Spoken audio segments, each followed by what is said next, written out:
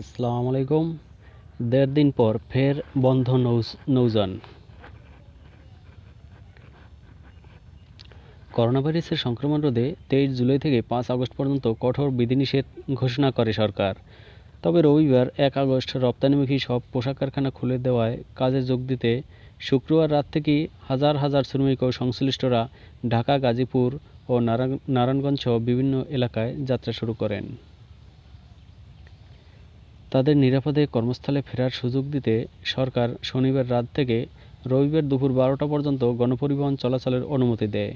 ভিড় থাকায় পরে রবিবার ১২টায় লঞ্চ বন্ধ না করে চালু রাখার ঘোষণা দেয় সরকার।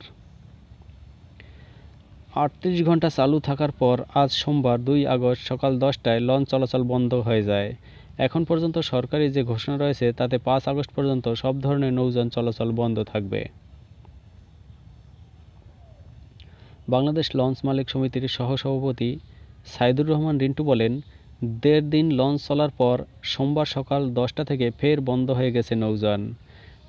গত ১.৫ দিনে আমরা আশানুরূপ যাত্রী পাইনি। সরকার ধাপে ধাপে অনুমতি দেওয়ায় এ সুবিধা কেউ নিতে পারেনি। আমাদের যদি শুক্রবার দিন একবারে বলে দিত যে রবিবার সকাল পর্যন্ত লঞ্চ চলবে, তাহলে আমরা প্রচার করে দিতে পারতাম, কিন্তু সেটি না হওয়ায় পাটুরিয়া শিমুলিয়া ঘাটে যাত্রীদের দুর্ভোগে পড়তে হয়েছে।